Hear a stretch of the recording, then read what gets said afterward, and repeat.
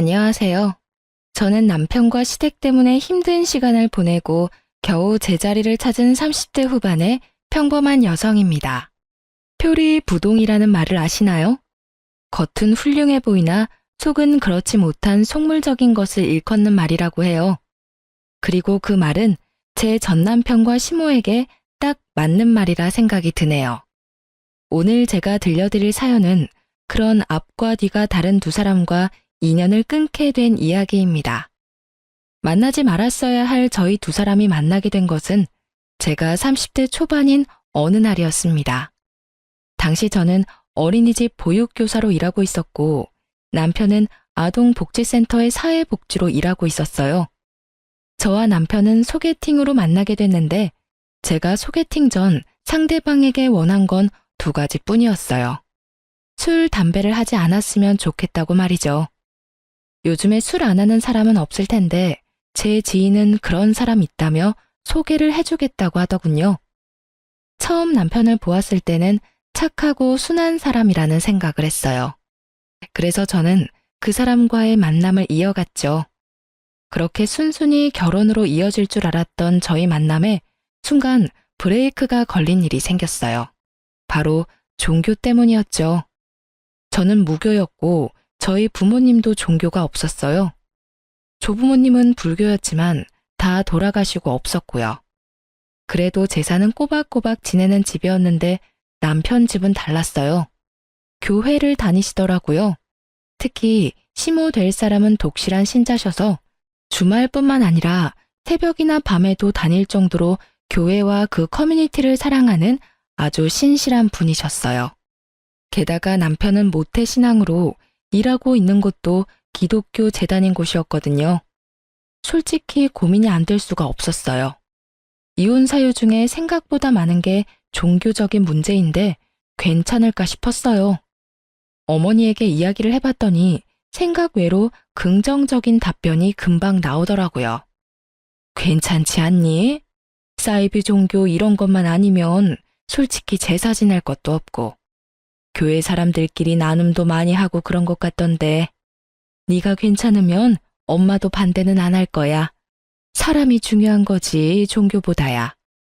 어떤 종교를 가지든 그 사람이 괜찮고 좋으면 돼. 그 말에 저도 곰곰이 생각했어요. 그리고 제게 청혼을 했던 남편에게 말했어요.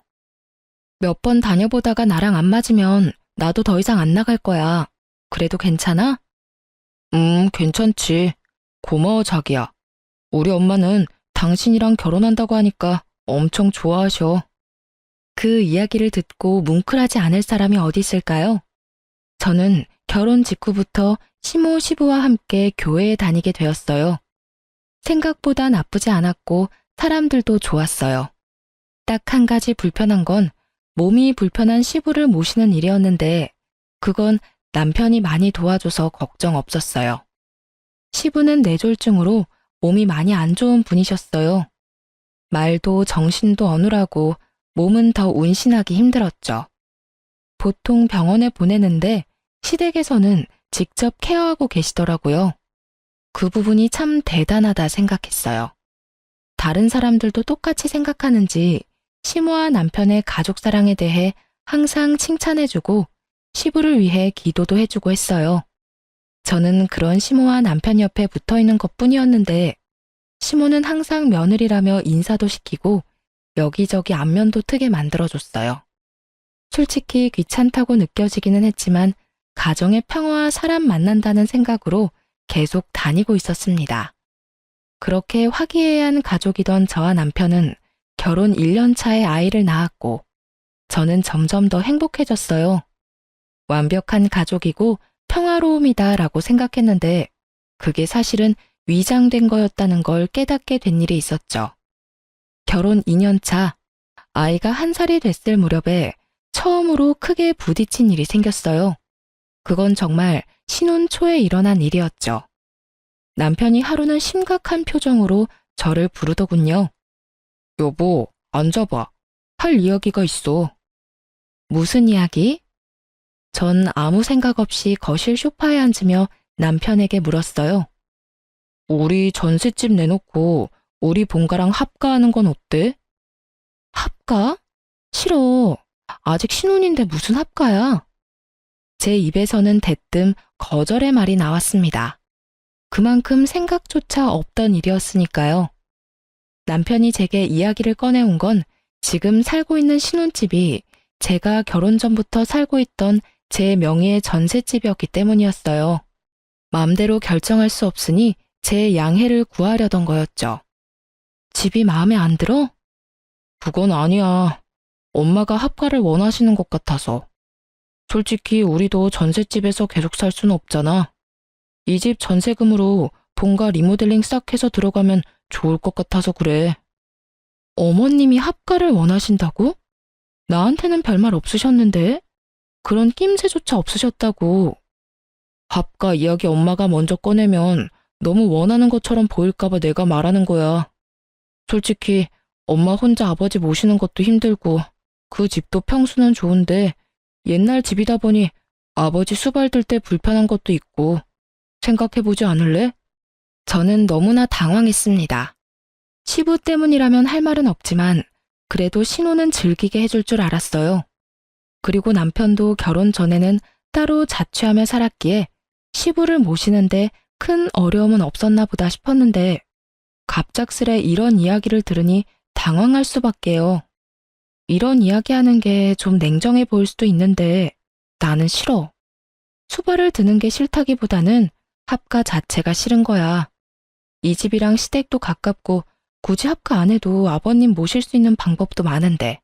그리고 당신 항상 퇴근이 늦잖아. 그러면 시댁에 있는 동안 일은 나 혼자 해야 한다는 뜻이고. 안 돼. 난 못해. 자신도 없고 싫어. 여보, 생각 좀 해보고 말해줘. 싫다고 딱 잘라 말할 수 있는 게 아닌 거 알잖아. 엄마도 고생 많이 하셨고 나도 최대한 도와줄 거야. 당신한테만 다 맡기진 않아. 그리고 엄마가 애도 봐줄 수 있고 얼마나 좋아? 그래도 싫어. 애는 내가 더 잘 봐. 그리고 최소한 이야기 꺼내기 전에 내 생각이 어떤지 물어봤었어야지. 갑자기 합가하자 라고 하면 누가 좋아해? 여튼 난 싫어. 아버님 수발 드는 거 힘들면 내가 도와드릴 수는 있어. 하지만 합가는 아니야. 애 데리고 합가. 당신이랑 나 좋아서 결혼했는데도 신혼 초에는 이것저것 많이 부딪혔거든? 그거 생각하면 어머님이랑 나 부딪히지 않을 이유가 없어. 당신이야말로 잘 생각해. 그래도 우리 부모님 일인데 당신 너무 냉정하게 말하는 거 아니야? 당신은 그럼 너무한 거 아니고? 그 돈 엄연히 따지면 내 돈이야. 그런데 그 전세금으로 뭐 하자 다 정해놓고 이런 식으로 통보하면 내가 얼씨구나 좋다 하면서 당신 말 따를 거라고 생각했어? 제일 큰 문제가 그거야. 지금 내 전세금을 시댁에 다 쓰자고 말하고 있는 거잖아. 차라리 이 돈으로 새 집을 사자고 했으면 그렇게 했을지도 모르지만 뭐? 합가? 그러면 그 전세금 쓸 생각하지 말고 당신이 당신 돈으로 집 고쳐. 완강한 제 거부에 남편은 난색을 표하더군요. 그러더니 알겠다며 잠시 생각할 시간을 갖자고 하더군요. 저는 생각하고 말고 계속 거부할 생각이었는데 남편은 그게 아니었나 보더군요. 다음날 새벽 저는 육아로 지쳐 침대에 누워 눈을 감고 있었어요. 일은 가지 않아도 몸이 힘들었거든요. 한밤중에 뒤척이는 애 때문에 힘들었는데 잠도 오지 않아 침대에 누워만 있었어요. 그런데 그때 남편이 전화기를 몰래 들고는 거실과 이어진 화장실에 들어가서 누군가와 통화를 하더라고요. 상대방은 시모였습니다. 그리고 소곤거리는 남편의 통화를 듣는 순간 저는 이게 쉽게 끝날 일이 아니란 걸 알았어요. 엄마, 그 사람 지금 자. 내가 이야기해봤는데 씨알도 안 먹혀. 그래서 내가 좀만 더 시간 두자고 했잖아. 갑자기 아버지 모시라고 그러면 좋아할 여자가 어디 있어? 결혼 전에 그런 이야기 하나도 안 했는데. 그러는 엄마야말로 보육교사라고 했더니 아버지 수발 맡길 거라면 좋다고 했잖아.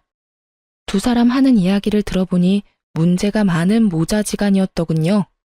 그리고 합가를 하자는 이유도 명확했고요. 시모는 결혼 전부터 제게 시부 수발을 들게 할 생각이었더라고요. 보육교사라 돌보는 건 잘할 거라고 생각했나 봐요. 애면 봐줄 수 있죠. 제가 요양보호사도 간호사도 아닌데 어떻게 뇌졸중에 걸린 아버지를 전문적으로 케어해요? 그냥 공짜 노동력 부리려고 하는 거, 그게 목적인 거죠. 골이 띵하더라고요. 화장실 문을 열어놨는지 선명히 들리는 소리에 저는 한바탕 하려다 멈췄어요. 제 것을 시댁 것처럼 말하는 걸 보니 제게 그 돈이 없으면 2번 다시 저한테 그딴 소리 안 하겠지 싶어서 친정에 전화해서 나중에 남편에게 연락이 오면 우리 집에 빚이 많은 것처럼 말해주라고 말이에요. 그 다음날 저는 여전히 합가 어떠냐고 묻는 남편을 앉혀두고 그렇게 말했어요. 나도 할 말 있어. 근데 당신 모르지? 우리 친정에 빚이 좀 있거든? 내가 이 집 전세금 받고 나서 집에 일이 터져서 친정에서는 빚내서 그거 틀어막았어. 지금도 빚은 갚고 있는데 한참 남았고. 그래서 이 집 내놓고 나면 난 그 빚부터 갚아야 돼. 그리고 그거 갚고 나면 리모델링 할 돈도 안 남을 건데 괜찮겠어? 제가 이렇게 이야기했을 때 남편 반응을 보기로 했어요.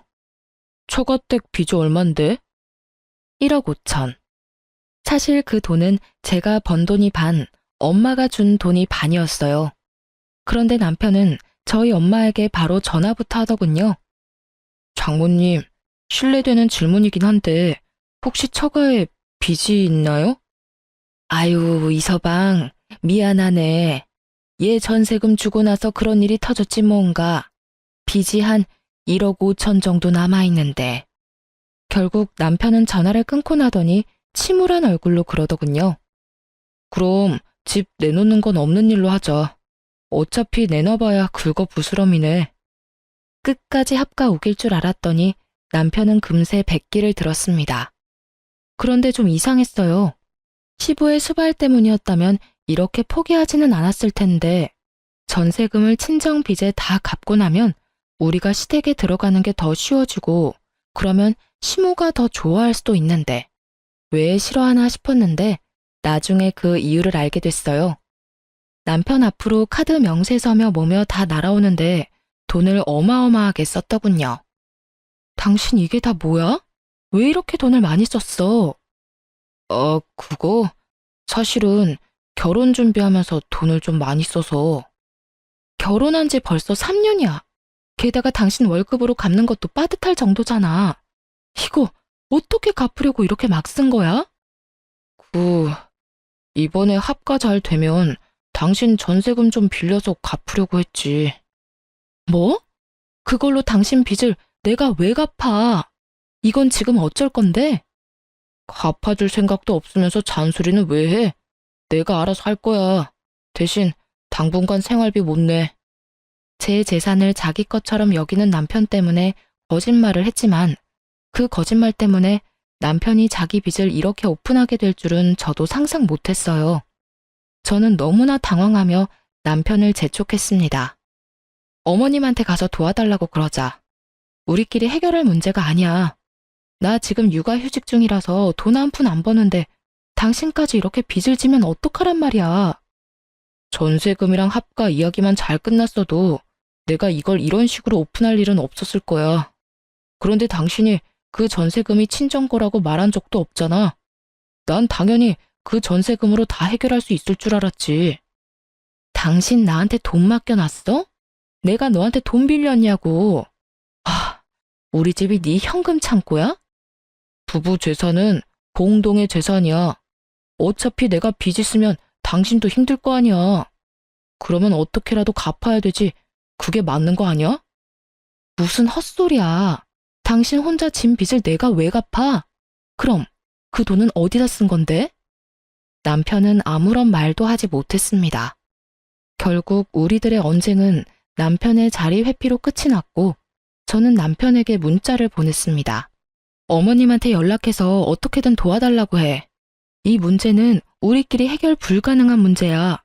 지금 있는 돈도 없는데 나까지 빚을 내면 우리 둘 다 파산이야. 알겠어? 결국 남편이 시모에게 도움을 청했는지 그 다음날 저에게 전화가 걸려왔어요.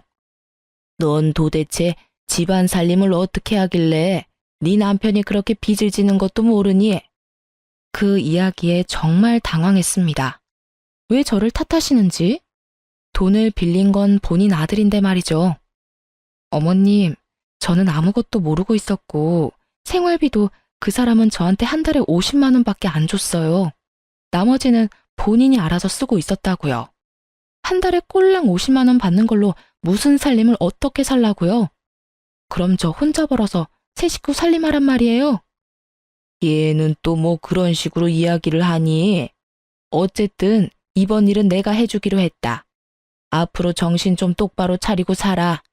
살림은 그렇게 하는 거 아니야. 알아듣겠어? 저한테 말고 남편한테 말씀하세요. 제가 그런 말을 들을 이유가 없어 보이네요. 집안일에 도움 줄 거 아니면 방해나 되지 말라고요. 결국 시모와 저도 다투게 되었고 시모는 더 이상 말해봐야 자기 아들 얼굴에 침 뱉는 일밖에 안 되니 뚝 전화를 끊어버리더군요.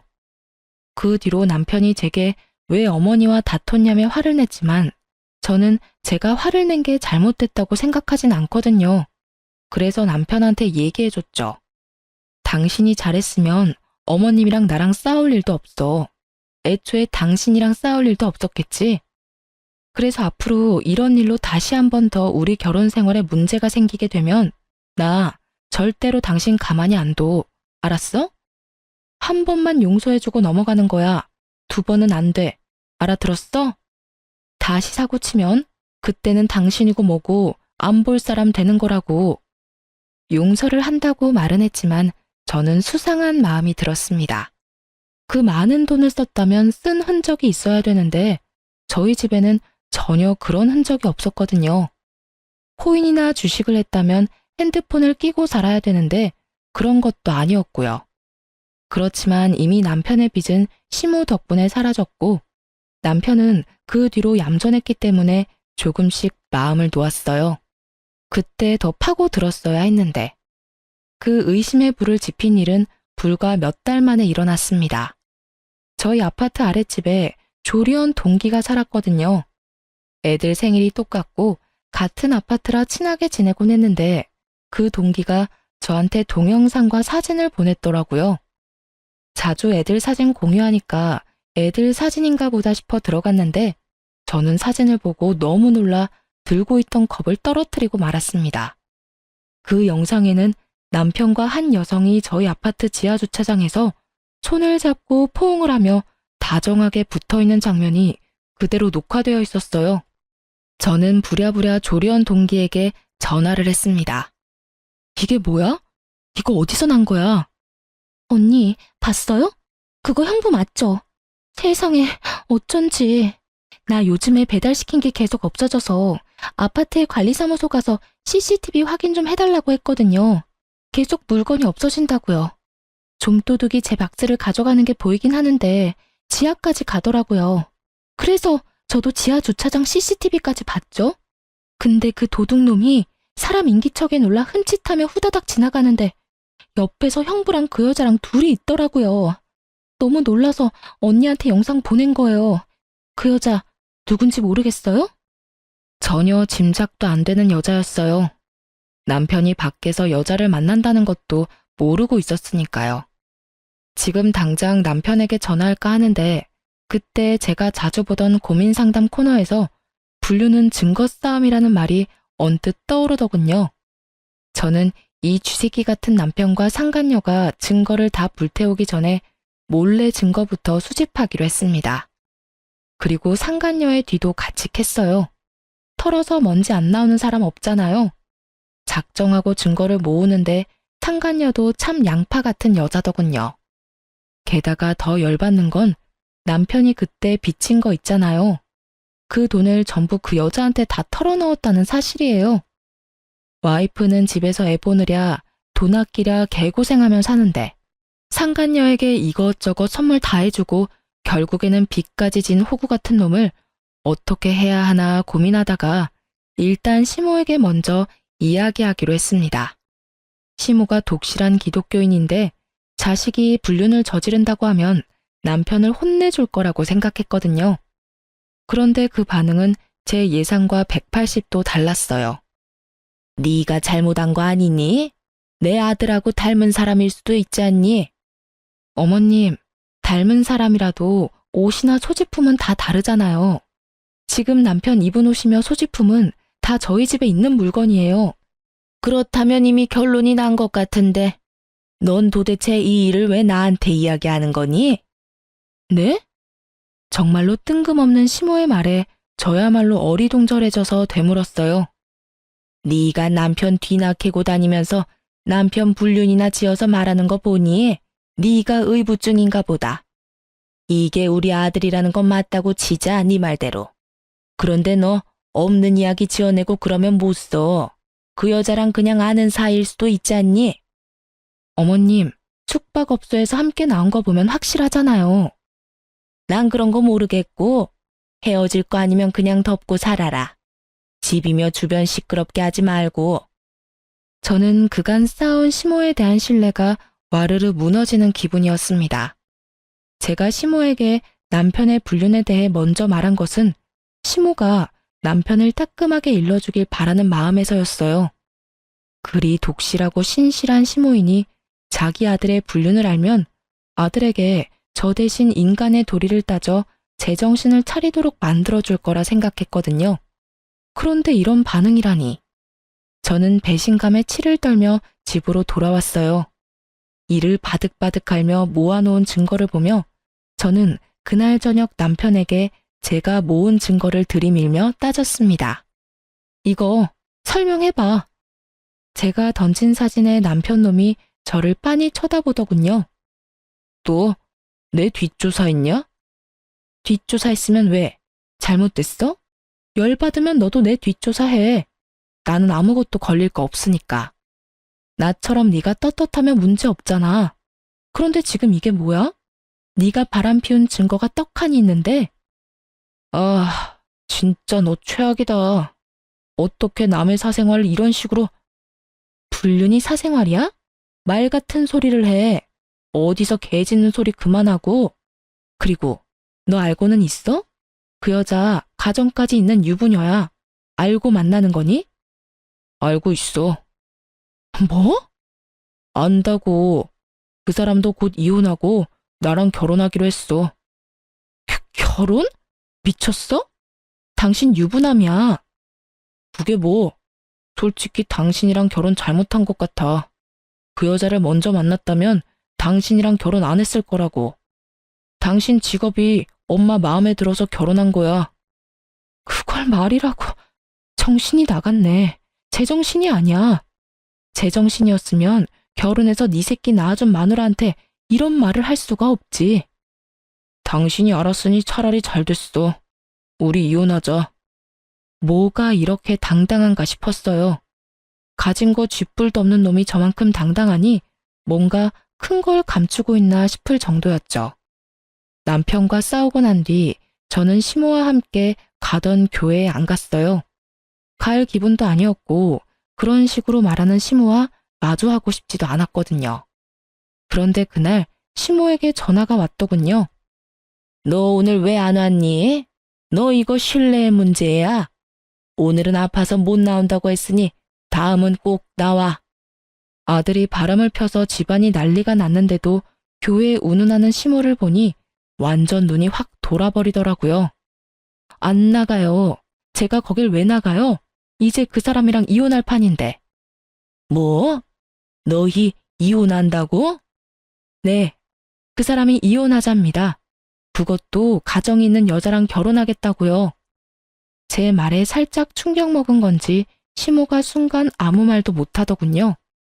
이제 좀 속 시원하세요? 저를 의부증으로 몰아가면서 아들을 두둔하시더니 하필이면 가정이 있는 여자랑 바람을 핀다니 어떠세요? 저는 기분이 아주 더럽던데.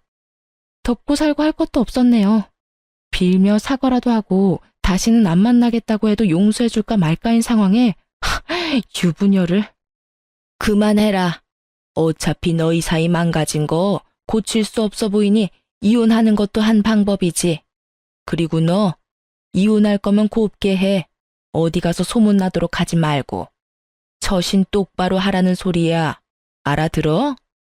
세상에, 제가 들은 게 맞나 싶었어요. 아들 두둔하는 거야 그렇다 손 치지만 저한테 처신을 똑바로 하라니. 제 자식한테는 쓴소리 하나 하기 싫고 며느리한테는 쓴소리며 못할 소리며 가리지 않고 하는 시모를 보니 저도 이성의 끈이 뚝 끊어졌어요. 이혼하는 마당에 그걸 어떻게 신경 써요? 그렇게 조용히 저희 이혼시키고 싶으시면 어머님이 알아서 하세요. 저한테 이래라 저래라 하지 마시고. 시모 때문에 열받아서 씩씩거리는데 상간녀가 저한테 연락이 왔어요. 잠깐 나오세요. 서로 할 말 많잖아요. 내가 너 오란다면 오고 가란다면 가는 사람이야? 나 당신 같은 여자랑 상종도 하기 싫으니까 2번 다시 연락하지 마. 저도 앞으로 연락 안 할 거예요. 한 가지만 말하려고 했는데 그럼 전화로 하죠. 집에 있는 거 다 놔두고 몸만 나가세요. 지저분하게 굴면서 이혼 안 하려고 발버둥 치지 말고요. 뒤처리하는 저도 생각해줘야죠. 정신 나간 년이 여기 또 있네. 이보세요 상간년아. 뒤처리는 네가 다 해야 할 것이고 대신에 이혼은 무조건 내가 해준다. 그리고 여기 있는 내 물건 딱 다 들고 갈 거야. 네가 사귀는 그 나쁜 불륜남한테 무슨 소리 들었는지는 모르겠지만 쓰레기 새끼 데리고 살아봐야 쓰레기라는 거 언젠가는 깨닫기 바란다. 한 번만 더 전화해서 이딴 도발하면 너네 회사로 가서 한바탕 뒤집어 줄 거야. 쓰레기라도 뺏기니까 속 쓰려서 발악하나 본데 나는 그 사람하고 헤어질 생각 없어요. 우리는 사랑으로 맺어져 있고 당신 같은 사람은 그냥 거쳐가는 사람일 뿐이라고. 어디서 버림받은 주제에 큰 소리야? 버림받았으니까 큰 소리 치지.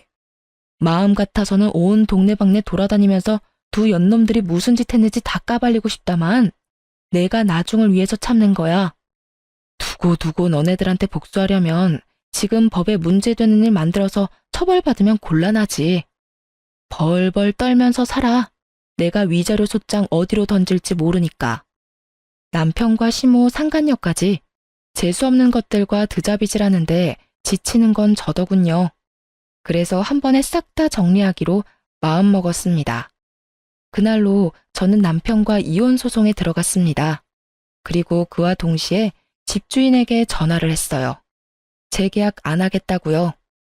때마침 전세 재계약 날짜가 다가오고 있었거든요. 부동산에서 왔다 갔다 하는데 남편에게는 이야기도 안 했어요. 어차피 집에 들어오지도 않더군요. 문자 하나 왔어요. 이혼 판결 나기 전에는 거기 안 들어갈 거라고요. 제 신혼집도 재산 분할에 들어갈 거라는 착각이라도 한 모양이더라고요. 저는 모르는 척했어요. 알려줄 필요도 없었죠. 고유재산은 재산 분할에 안 들어간다는 걸요. 그렇게 전셋집은 새로운 계약이 됐고 이사 전날 저는 짐을 모두 싸서 친정으로 모두 보내버렸어요. 큰 가전 중에 쓸만한 것은 모두 팔아버렸고 남편 짐은 그대로 놔뒀어요. 그리고 제 짐 다 보내고 남편 놈에게 문자 하나 보냈어요. 짐 가지고 꺼져. 라고 말이죠. 남편 놈은 답도 없더군요. 저는 코웃음을 쳤습니다. 남편 놈이 이제 당할 일들이 눈에 선했거든요. 역시나 다음날 아침이 되니 집주인이 전화가 왔더라고요. 아유, 새댁. 짐을 이렇게 빼다 말면 어떡해?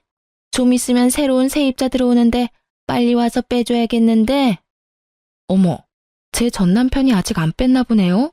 아주머니, 죄송한데 전남편이 제 연락은 안 받아서 그러는데 전화번호 알려드릴 테니까 전남편한테 직접 전화 좀 해주시면 안 될까요? 전남편 그러니 집주인도 눈치를 챈 모양이더군요. 아이고, 알았어. 내 전화해 볼게. 그렇게 집주인과 전화를 끊고 10분도 지나지 않았는데 전남편에게 연락이 왔더군요. 이제야 이 상황이 얼마나 급한지를 알았던 모양이에요. 저는 시침이 뚝 떼고 전화를 받았어요. 야, 너 도대체 뭐 하는 거야? 집을 왜 멋대로 계약 해지한 건데? 내가 돈 내고 계약한 집을 내가 내놓겠다는데 당신이 왜 이 난리야? 누가 보면 당신 집인 줄 알겠네. 그거 우리 재산 분할에 들어가야 되는 목록이라고. 웃기시네. 야, 너 그거 믿고 나한테 그렇게 큰 소리 뻥뻥 쳤어?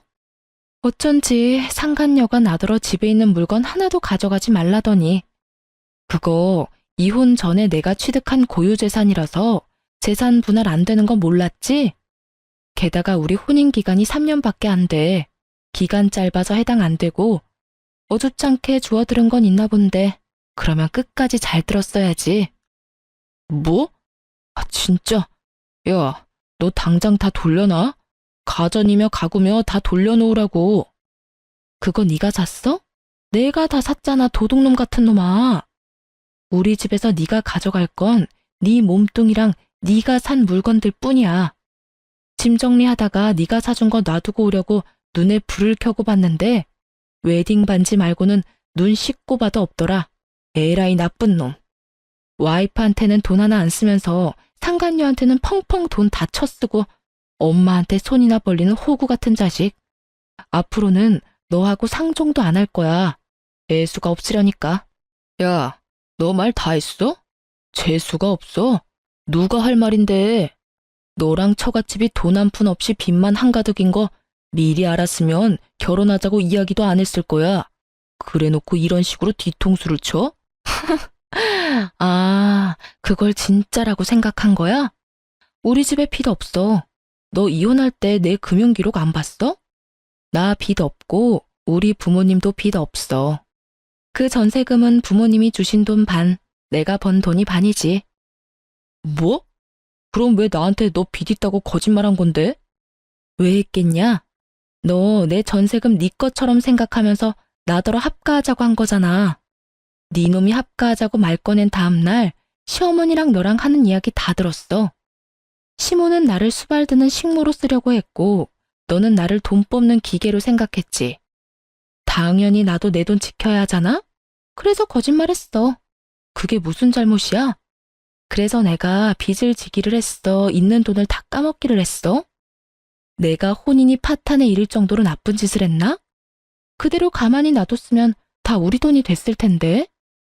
이보세요, 아저씨. 돈 다 까먹고 나한테 책임지라던 너를 보면서 새삼 내가 그런 거짓말을 한 게 다행이라는 생각이 들더라.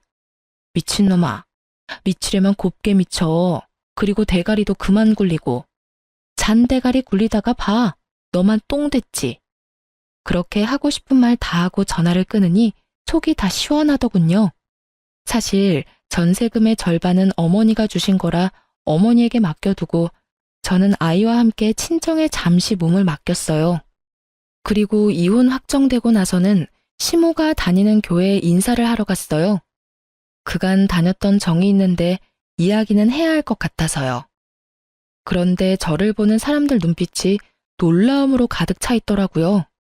왜 저러나 싶었는데 교회 집사님이 오시더니 저한테 말했어요. 아니, 얼마 전에 암으로 죽었다고 하지 않았어? 암이요?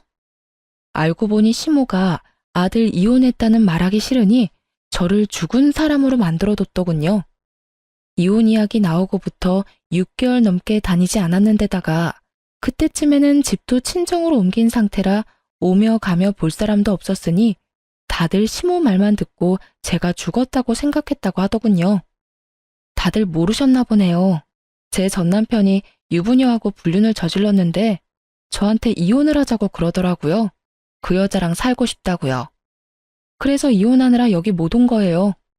제가 늦게나마 신을 섬기게 돼서 그 사람들이 아무리 정신 나간 짓을 해도 용서를 해줄 마음이 있었는데 전남편과 어머님은 용서를 구하기는커녕 더 당당하게 이혼하려면 곱게 하라고 말씀하시더라고요. 세상에. 신을 섬기는 자들이 어찌 그리 부도덕한 짓을 하는지 어디 가서 똑같은 행동할까봐 겁나네요. 종교인이라고 하기에도 부끄러운 행동이에요. 어머, 설마 그런 일이 있을 줄이야. 그럼 그 여사님이 데리고 다니던 여자가 그 유부녀인가? 시모는 벌써 여기에 그 상간녀까지 데리고 다니는 것 같았어요. 그런데 산 사람을 왜 죽었다고 했대? 아무리 미워도 그런 짓을 하면 안 되지. 그분도 예전 같지 못하시네. 이 죄를 어찌다 회개하시려고? 회개를 할 마음은 있으시겠어요? 없던 일로 하고 싶어서 며느리를 죽은 사람 취급했는데. 어휴, 못 믿을 사람이네. 커뮤니티 내부는 그야말로 난리가 났고 자리에 시모도 없는데 시모의 악명이 순식간에 퍼져갔어요. 저는 인사를 하러 갔다가 시모에 대한 복수를 완수하고 사람들의 작별 인사를 받으며 교회 밖으로 나왔어요. 그런데 주차장 근처에서 시모의 목소리가 들리더군요. 예, 너 이런 옷 좀 입지 말라고 몇 번을 이야기했어. 불륜으로 우리 아들 만난 거 티내고 싶어서 그래? 도대체 애가 한 번에 알아듣는 법이 없어. 아휴, 내 아들이지만 어쩌면 보는 눈이 이렇게 없는지. 그래도 이전 며느리는 데리고 다니는 맛이라도 있었지. 이건 뭐 반반한 얼굴 말고는 뭐 하나 제대로 하는 게 없어. 전 시모는 상간녀를 아주 물어뜯고 계시더군요. 저는 그 모습을 보며 웃었습니다. 그리고 전 시모 앞에 떡하니 얼굴을 드러냈죠. 너 왜 여기에 있어? 너 설마 교회에 들어갔다 오는 길이니? 그건 어머님이 들어가 보시면 알겠죠. 인사 잘하고 돌아갑니다. 그리고 죽었다고 말해주셔서 고마워요. 근데 그거 아시나 모르겠네요. 죽었다는 소문나면 오래 산다는 말. 그치만 어머님 평판은 좀 그렇겠네요. 사람들이 거짓말쟁이라고 생각하지 않을까요? 미쳤어. 너 진짜 미쳤어. 이혼한 마당에 여길 왜 와? 제 말에 시모가 부들부들 떨며 저를 손가락으로 가리키더군요. 살아있는 사람인데 어딜 가든 무슨 상관이에요? 이제 우린 남보다 못한 사이인데. 저는 시모 앞에서 눈치만 보고 있던 상간녀에게 말했어요. 남의 떡 손에 주니까 어때? 아주 텁텁하고 찝찝하지. 내가 그쪽한테는 큰 절을 해도 모자라네. 이런 정신 나간 가족들에게서 벗어나게 해줘서. 근데 너도 교회 들어갈 거면 조심해라. 내가 벌써 전 남편이랑 유부녀랑 바람난 거 다 말했으니까. 아니다. 들어가면 눈총 좀 받고 끝이지 뭐. 그게 대수야. 사람들 소문 금방 가라앉아. 하긴 안 가라앉고 정착되는 경우도 있긴 하지만. 제 말에 상간녀도 얼굴이 새파래져서는 부들부들 떨며 저를 노려보더군요. 그 모습에 저는 결정타를 날렸어요. 아참, 그리고 내가 살던 신혼집, 너 거기 있는 거 다 놔두고 몸뚱이만 나가라고 했었지? 근데 어쩌지? 네가 그 정신 나간 놈한테 무슨 말을 들었는지는 모르겠지만 그 전셋집 결혼 전부터 내가 가지고 있던 전셋집이거든. 그래서 이혼할 때 재산 분할 목록에 안 들어가. 그게 무슨 말 뜻인지 모르겠지? 내가 상냥하게 알려줄게. 네 남편 개털이라는 뜻이야, 이 상간녀나. 남의 거 탐내다가 둘 다 개털 됐네? 정말 보기 좋은 한 쌍이다. 그치? 상간녀가 그 이야기 듣더니 벼랑간 가방 안에서 차키를 꺼내더니 급하게 차에 시동을 켜더군요. 예, 며느라가. 어디 가냐?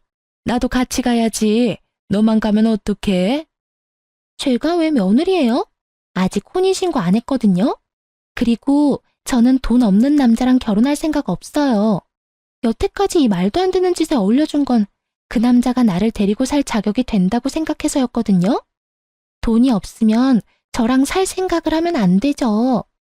냉정하게 할 말만 하고 돌아선 상간녀는 차를 타고 사라졌고 시모는 멍청하게 서 있더군요. 상간녀가 아주 얌전한 줄 착각하고 계셨더군요. 그러다 뒤통수 맞고 벙찐 표정이 참 보기 좋았어요.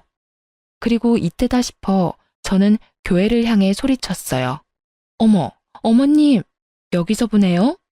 제가 죽었다고 말씀하셨다고 하시던데 어머님은 잘 지내셔서 다행이네요. 결국 제 큰 목소리에 안에 있던 사람들이 나와 시모를 둘러싸자 시모는 참지 못하고 그대로 도망쳤어요. 헐레벌떡 뛰어가는 그 뒷모습을 보는데 어찌나 고소하던지. 나중에 소문을 들어보니 소문이 다 나서 그곳에 가지도 못하고 결국 노이로제 걸려서 병원 치료받으러 다닌다고 하더군요. 사람을 죽은 사람으로 만들려고 했는데 이 정도는 당연히 벌받을 생각하셨어야지.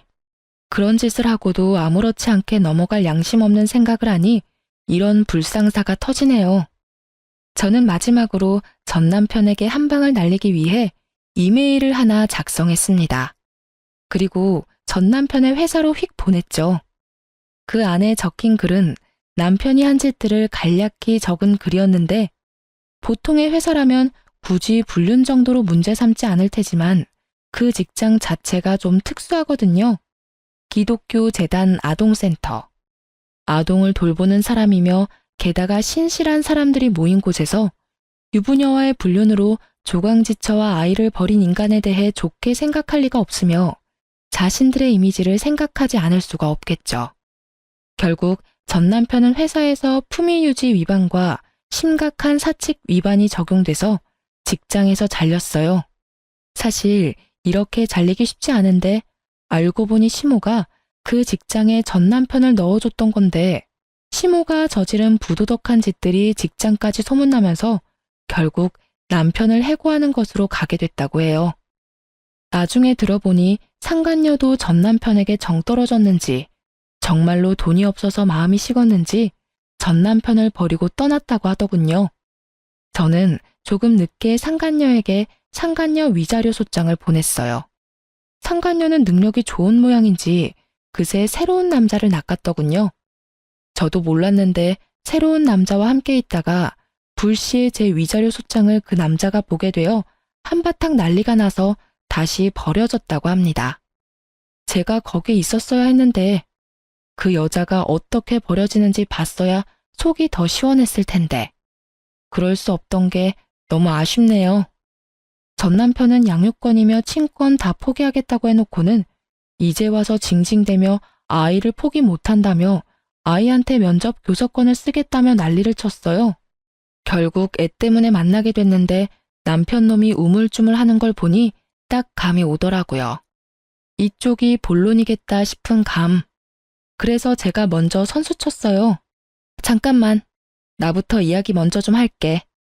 혹시라도 정말 혹시 말도 안 되는 이야기이긴 한데 만에 하나라도 나한테 미안하다 잘못했다 이런 이야기 할 거면 하지 마. 나는 너한테 사과받고자 나온 것도 아니고 용서를 하겠다고 나온 것도 아니야. 네 모습 보니까 걱정돼서 내가 한마디 하는 거야. 나는 너 용서할 생각도 없고 사과받을 생각도 없어. 그냥 이대로 이렇게 우리는 악연으로 있으면 좋겠고 이렇게 볼 때마다 화내는 사람으로 있었으면 좋겠어.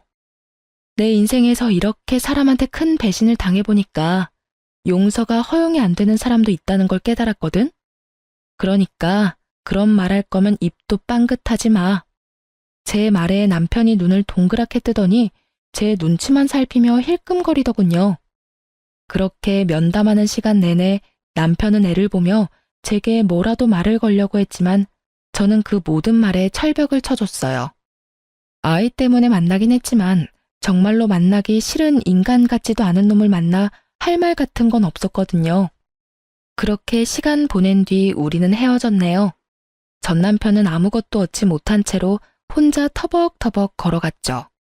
그 뒤로는 애 보고 싶다는 말도 안 하고 연락도 없더군요.